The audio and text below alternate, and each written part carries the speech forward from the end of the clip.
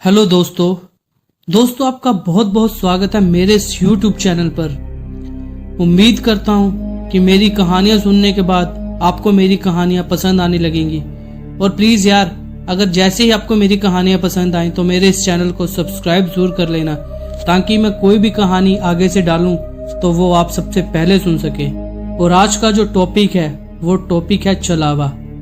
उम्मीद करता हूँ ये कहानी आपको बहुत पसंद आएगी, क्योंकि ये जो कहानी है ये बिल्कुल सत्य घटना पर आधारित है। क्योंकि ये जो कहानी है मेरे फ्रेंड ने भेजी है, क्योंकि ये इंसिडेंट किसी लड़के के साथ हो रखा है। तो वो लड़का है दिल्ली का, उसका कैलाश नाम है, जिसके साथ ये इंसिडेंट हो रखा है। उस कैलाश लड़के ने ये अपना सारा इंसिडेंट मेरे फ्रेंड के साथ शेयर किया। तो मेरे फ्रेंड ने सोचा कि यार तूने हॉरर स्टोरी का चैनल शुरू किया है, तो मैं तुम्हें एक इंसिडेंट बताता हूँ जो मेरे खुद के दोस्त के साथ हुआ है। तो तू अपने व्यूअर्स के साथ शेयर करना और उनसे ओपिनियन लेना कि वो छलावे के बारे में क्या क्या जानते हैं, और जिन्होंने भी छलावे को देखा है या महसूस किया है तो वो मुझे यार कमेंट करके ज़रूर बताना। तो बढ़ते हैं आज की कहानी की और बिना आपका टाइम गवाए। तो ये कहानी दो दोस्तों की है, जिसमें से एक का नाम रोहित था और दूसरे का कैलाश। तो दोनों ही एक ही कंपनी में दिल्ली जॉब करते हैं। पिछले 2 सालों से ये बहुत अच्छे दोस्त बन चुके थे एक ही कंपनी में काम करके। तो 2 सालों से ये कभी भी किसी भी वीकेंड पे नहीं गए थे। तो फाइनली 2 साल बाद इनका एक वीकेंड प्लान बनता है। ये अपने ऑफिस में बैठे होते हैं दोनों। तो ये ऑफिस में बैठे बैठे डिस्कस करते हैं। तो जिसमें कैलाश बोलता है रोहित के साथ, अरे रोहित यार, पिछले 2 सालों से हम इस कंपनी में काम कर रहे हैं और वीकेंड के लिए हम कहीं भी नहीं गए। तो यार क्यों ना इस बार के न्यू ईयर में हम मनाली चलें।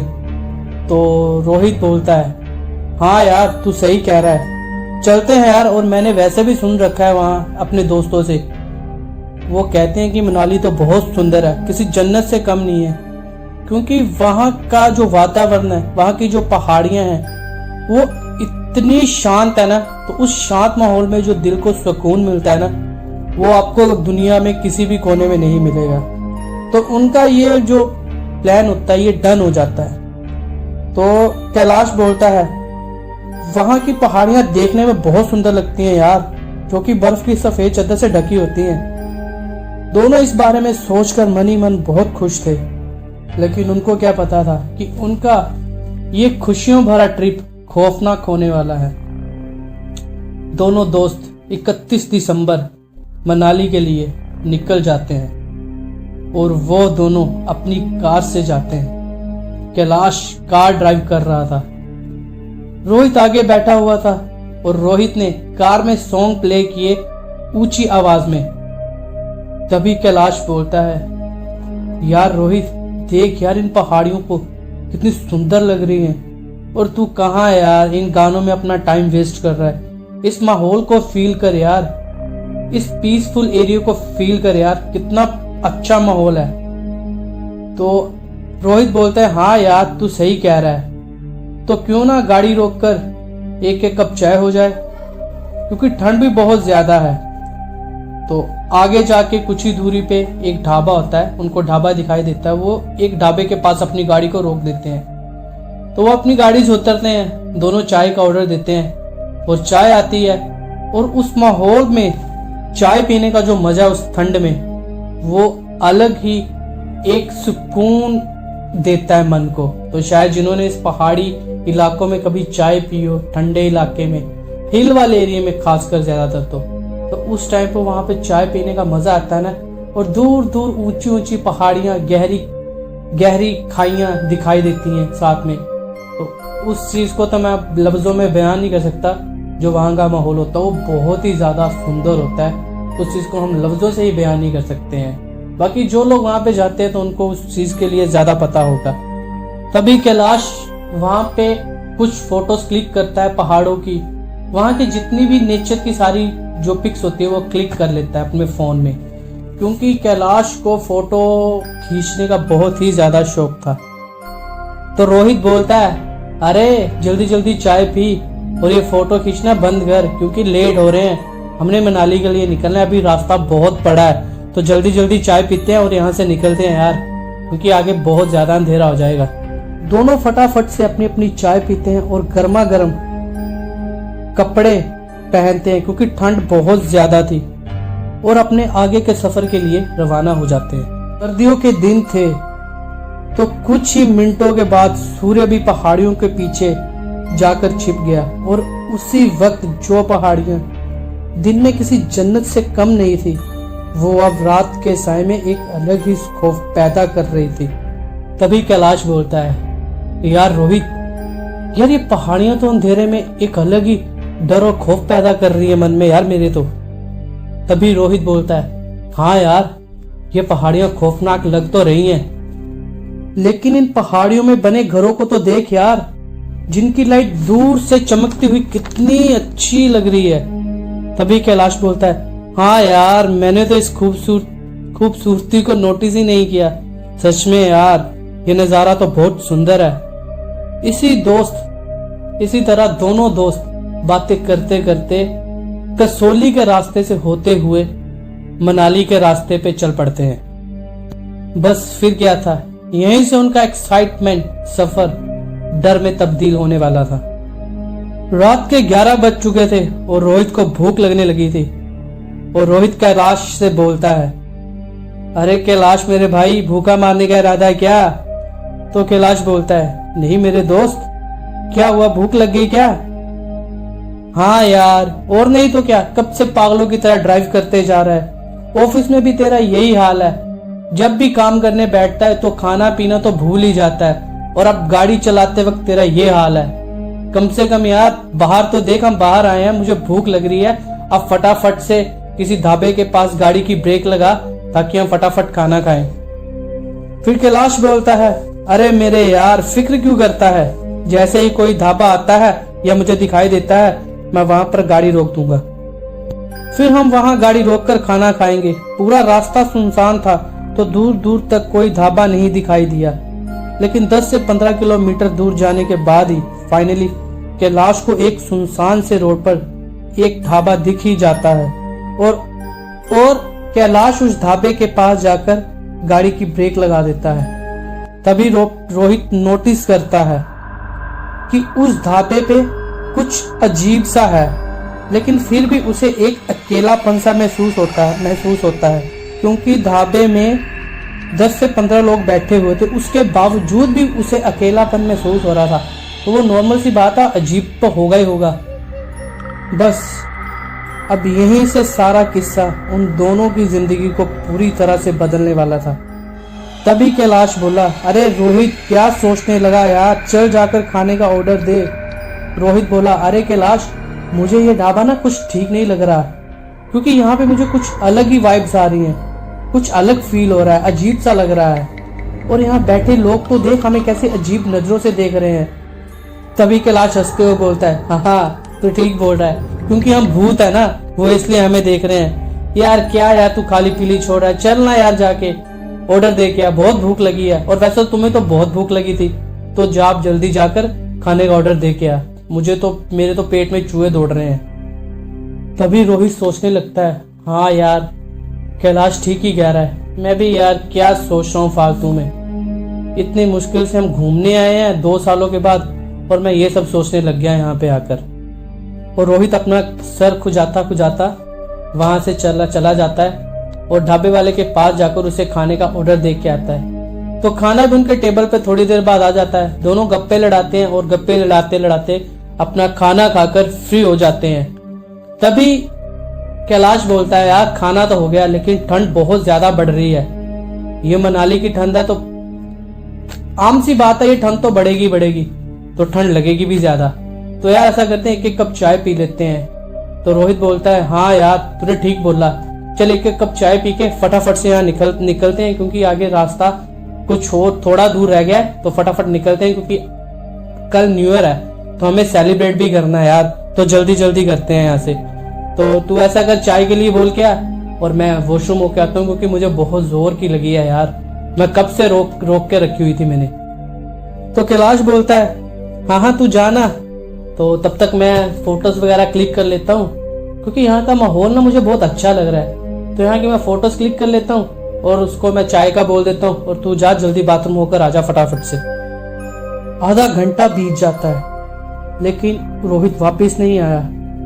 तो फोटो खींचते खींचते कैलाश का जो ध्यान होता है वो एकदम से भटकता है और वो नोट करता है कि रोहित को आधा घंटा हो गया लेकिन वो अभी तक वापस नहीं आया और उसका कुछ अता पता ही नहीं है वो कहाँ पे गया। तो कैलाश फटाफट से अपने फोन को अपनी जेब में डालता है और रोहित को ढूंढने के लिए बाथरूम की तरफ चला जाता है और वहां जाकर देखता है कि रोहित उसे कहीं भी दिखाई नहीं देता। वो कैलाश डर जाता है और जोर जोर से आवाजें लगाने लगता है, रोहित, अरे रोहित कहाँ है मेरे यार, मुझे फिक्र हो रही है तेरी, चल मजाक छोड़ और जल्दी से बाहर आ जा यार, और हम लेट भी बहुत हो रहे हैं यार, जल्दी कर मेरा भाई, मुझे फिक्र हो रही है तेरी। लेकिन आगे से कोई जवाब नहीं आता, कोई आवाज नहीं आता, चारों तरफ बस सुनसान सुन्न पड़ा हुआ था। तभी कैलाश वापस से अपना फोन निकालता है और रोहित को फोन करता है तो उसका नंबर भी स्विच ऑफ बता रहा था। अब कैलाश का डर उसे और सताने लगा था और वो ढाबे वाले के पास जाता है और उससे पूछता है कि उसने रोहित को देखा, लेकिन वो साफ साफ मना कर देते हैं।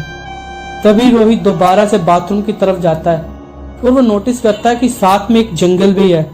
तो रोहित सोचता है कि कहीं कैलाश सोचता है कि कहीं रोहित जंगल में तो नहीं चला गया। तो वो ना जंगल के अंदर चला जाता है कैलाश रोहित को ढूंढते ढूंढते। थोड़ी ही आगे जाने के बाद कैलाश को जो है वहां पे एक ना बंदा गिरा हुआ मिला होता है बेहोशी की हालत में।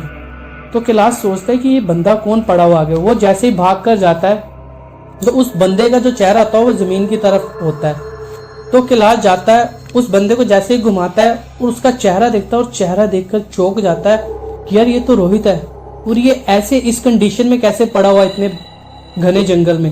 तो कैलाश थोड़ा सा डर जाता है रोहित को देखकर और रोहित को उठाता है अपने कंधे पर और कार की ओर ले जाता है।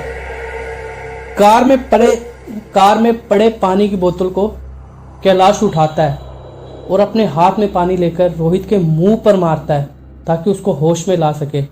लेकिन थोड़ी ही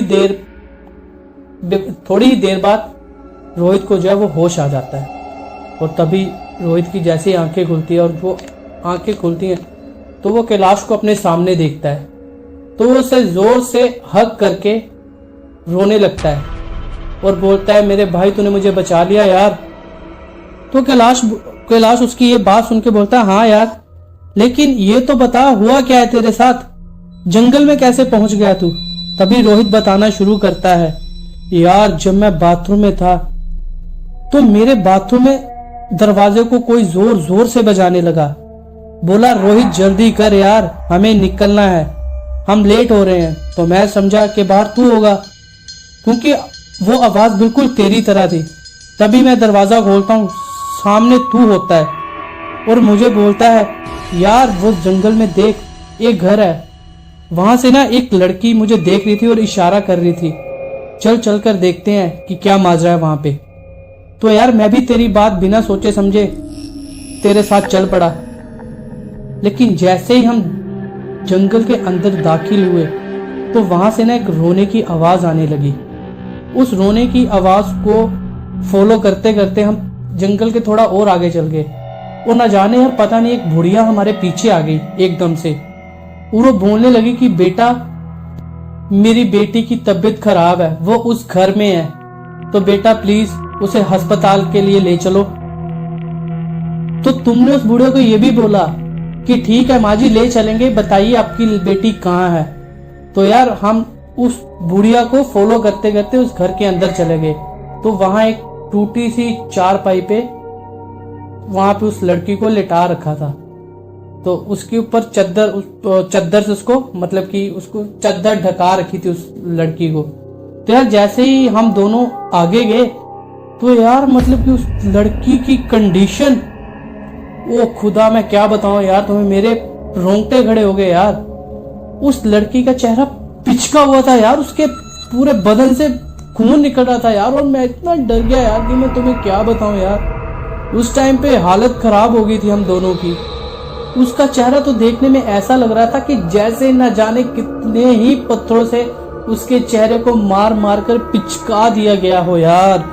वो नज़ारा इतना ही खौफनाक था ना कि मेरा पूरा शरीर कांपने लगा था उस टाइम उस लड़की को देखकर, और मुझे तो उल्टी भी हो गई उसे देखकर यार। और तभी मैंने तुमसे वहां से निकलने के लिए भी कहा, तो उसी वक्त तुम्हारा भी चेहरा यार बदल गया था। तुम्हारा पूरा चेहरा जला हुआ था और बीच में से और सर तुम्हारा आधा कटा हुआ था यार। और ये देखते ही मेरी आंखें डर के मारे इतनी बड़ी होगी, और जैसे ही मैंने भागने की कोशिश की, लेकिन मेरे भाई तूने मेरे गर्दन दबोच ली और मुझे हवा में उठा दिया। और मैं तैसे कैसे करके वहां से जब भागने की कोशिश की ना, मैं तैसे कैसे करके वहां से निकल आया। और जैसे ही मैं घर से बाहर वापिस कार की तरफ, ढाबे की तरफ दौड़ने के लिए निकला, तो आगे एक पत्थर पड़ा था। उस पत्थर के साथ लगते ही यार मैं जमीन पे इतनी जोर पे गिरा ना, और उसी टाइम मेरी आंखें बंद हो गई धीरे धीरे धीरे धीरे कर।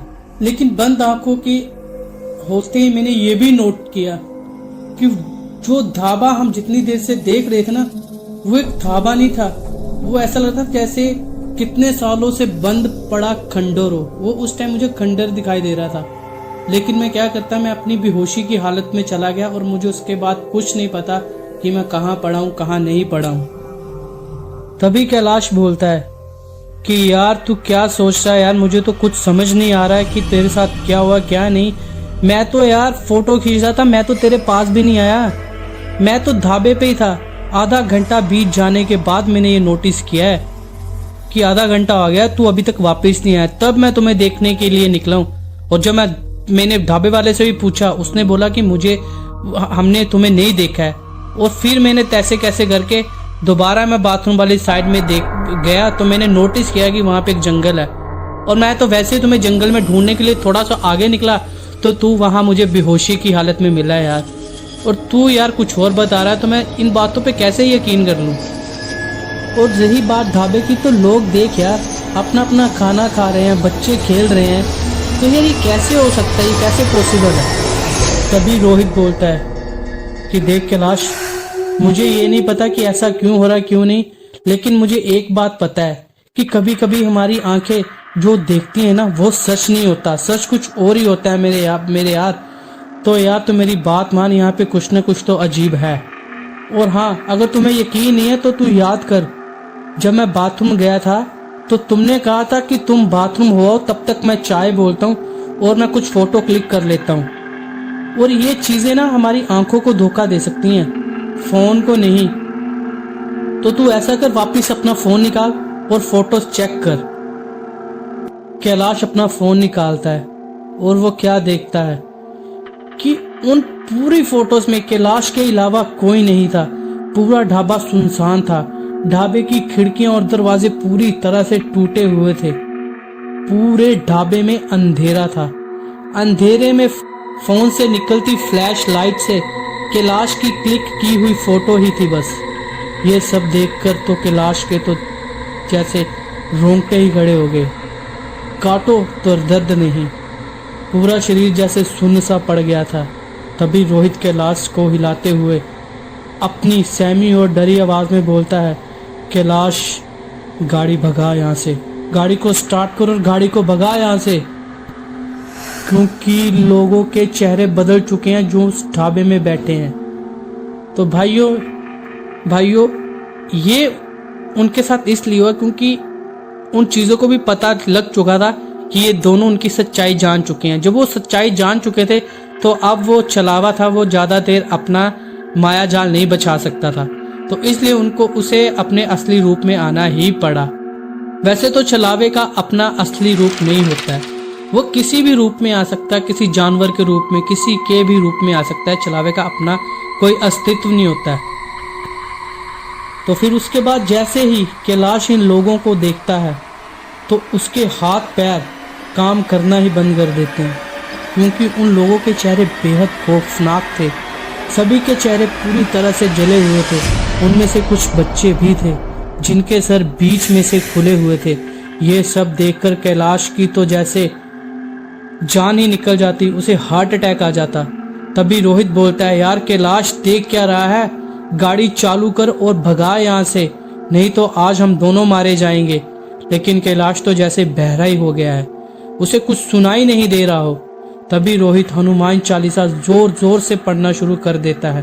तभी चालीसा के वचन उसके कानों में पड़ते ही जैसे वापिस से ठीक हो गया वो कैलाश। जल्दी जल्दी गाड़ी कैलाश दोबारा शुरू करता है और वहां से निकल चलता है। तब रात के 3:30 बज चुके थे। पूरा आधा घंटा ड्राइव करने के बाद कैलाश अपनी चुप्पी तोड़ता है और बोलता है, भाई ये सब क्या था? तो रोहित बोलता है, ये यार छलावा था। जो हम देख तो रहे थे वो था ही नहीं, जो हमें ढाबे में दिखाया जा रहा था वो सच था ही नहीं, बल्कि सब कुछ झूठ था, सब कुछ माया जाल था। कैलाश, हाँ यार, आज तो भगवान ने हमें बचा लिया, नहीं तो आज हम मारे जाते। ऐसे ही बातें करते करते दोनों किसी भी रास्ते पे गाड़ी नहीं रोकते हैं। फाइनली सुबह के 5 बज जाते हैं और दोनों मनाली पहुंच जाते हैं। लेकिन जिस एक्साइटमेंट से दोनों मनाली आए थे घूमने के लिए, वो सारा एक्साइटमेंट उनका खत्म हो चुका था और अब उनको तो पहाड़ियों से भी बहुत ज्यादा खौफ आ रहा था, डर लग रहा था। तो दोस्तों, ये थी आज की बेहद खौफनाक कहानी छलावा। तो आज के बाद आप भी छलावे से बच के रहिएगा, क्योंकि छलावा कभी भी किसी के रूप में भी आ सकता है। मजाक कर रहा हूँ मेरे दोस्तों, सिर्फ एक छोटा सा मजाक मैंने अपने व्यूअर्स के साथ किया है और कोई बात नहीं है। ऐसी ही बेहद खौफनाक कहानियां सुनने के लिए इस भाई के चैनल को सब्सक्राइब कर लो यार, ताकि आप ऐसी ही बेहद खौफनाक कहानियां अपने चैनल पर सुन सको। तो मिलते हैं ऐसी एक खौफनाक कहानी में अगली वीडियो के साथ। राधे राधे दोस्तों, खुश रहो जहां भी हो।